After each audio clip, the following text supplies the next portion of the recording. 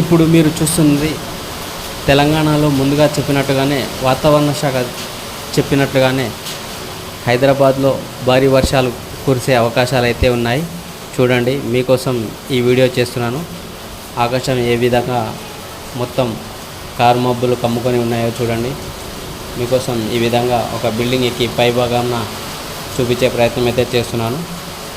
చూడండి ఏ విధంగా మొత్తం మబ్బులైతే అలుముకున్నాయి. ఏ సమయంలో వర్షమైనా కురిసే అవకాశం ఉంది. భారీ వర్షం సూచన అయితే ఉంది. చూడండి, వాతావరణ శాఖ ముందుగా మనకు చెప్తున్నట్టుగానే 3 రోజులు భారీ వర్షాలు ఉన్నాయని చెప్తుంది.